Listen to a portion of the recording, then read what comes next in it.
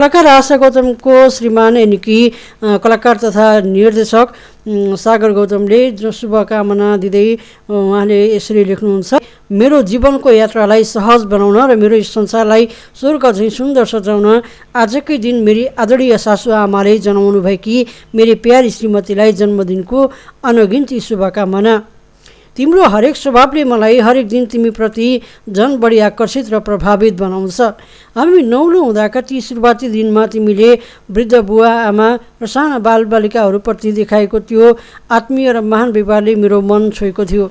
आज विवाहको वर्षौँसम्म सँगै यात्रा गरिरहँदा पनि तिम्रो त्यो निस्वार्थ माया र आदरभाव अलिकति पनि बदलिएको छैन, बरु झन् प्रगाढ भएको छ। तिम्रो यही व्यवहारले मलाई सधैँ तिमीप्रति तिम्रो फ्यान बनाउँछ।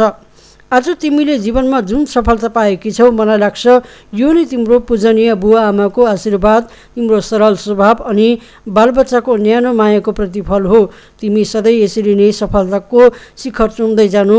तिम्रो स्वास्थ्य, दीर्घायु र ओठको यही मिठो मुस्कान मेरो जीवनको सबैभन्दा ठुलो प्रेरणा र शक्ति हो। फेरि पनि जन्मदिनको धेरै धेरै शुभकामना मेरी प्यारी श्रीमती ज्यू भनेर कलाकार तथा निर्देशक सागर गौतमले फेसबुकमा लेख्नु भएको छ। दर्शकबिन